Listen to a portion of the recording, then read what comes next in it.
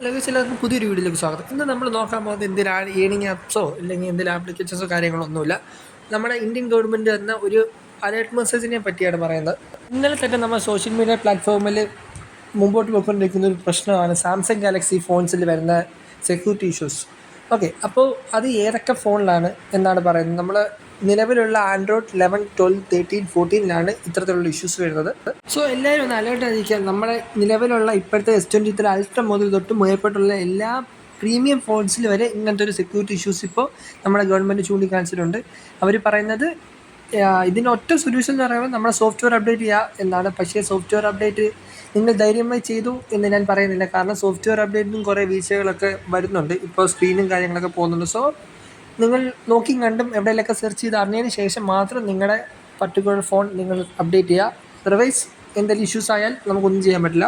December 13 മുതലാണ് ഈ ഒരു കാര്യം നമുക്ക് അറിഞ്ഞു തുടങ്ങിയത്. കാരണം അതിനകത്ത് തന്നെ ഒത്തിരി തരത്തിലുള്ള സുരക്ഷാ വീഴ്ചകൾ തുടരെ വന്നുകൊണ്ടിരുന്നപ്പോഴാണ് ഇതേപ്പറ്റി അന്വേഷിച്ച് തുടങ്ങിയതും ഇങ്ങനൊരു ഇഷ്യൂസ് ഉണ്ടെന്ന് കണ്ടുപിടിച്ചത്.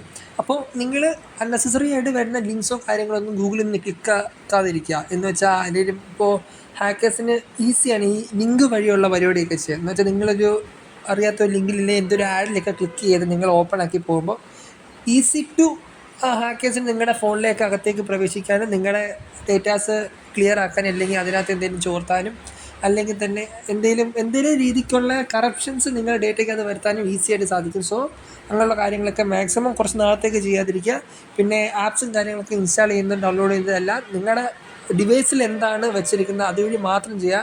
തേർഡ് പാർട്ടി ആപ്സോ അല്ലെങ്കിൽ വെബ്സൈറ്റോ വഴി ഒന്നും ചെയ്യാതിരിക്കുക. സോ ഇതൊക്കെ ഒരു മെയിൻ ഫാക്ടറാണ് ഈ ഹാക്കേഴ്സിന് എളുപ്പത്തിൽ നമ്മുടെ ഫോണിലേക്ക് കാര്യങ്ങൾ ചോർത്താനും എടുക്കാനുള്ള ഒരു ഈസി വേ ആണ് ഹാക്കേഴ്സിന് ഇങ്ങനത്തെ കാര്യങ്ങളൊക്കെ നമ്മുടെ ഫോണിൽ നിന്നൊക്കെ എടുക്കാൻ വേണ്ടി. സോ ഇതൊന്നും മാക്സിമം കുറച്ച് നാളത്തേക്കാരും ചെയ്യാതിരിക്കുക. മാക്സിമം എല്ലാവരും ഈ സോഫ്റ്റ്വെയർ അപ്ഡേറ്റിനെ പറ്റി ജസ്റ്റ് സെർച്ച് ചെയ്ത് അറിഞ്ഞതിന് ശേഷം മാത്രം സോഫ്റ്റ്വെയർ അപ്ഡേറ്റ് ചെയ്യുക. അല്ലെങ്കിൽ നിങ്ങൾക്ക് തന്നെ പിന്നെയും പണികൾ വന്നുകൊണ്ടിരിക്കും. സോ കെയർഫുൾ ആയിരിക്കുക. അപ്പോൾ വീഡിയോ എൻ്റെ പേയാണ്.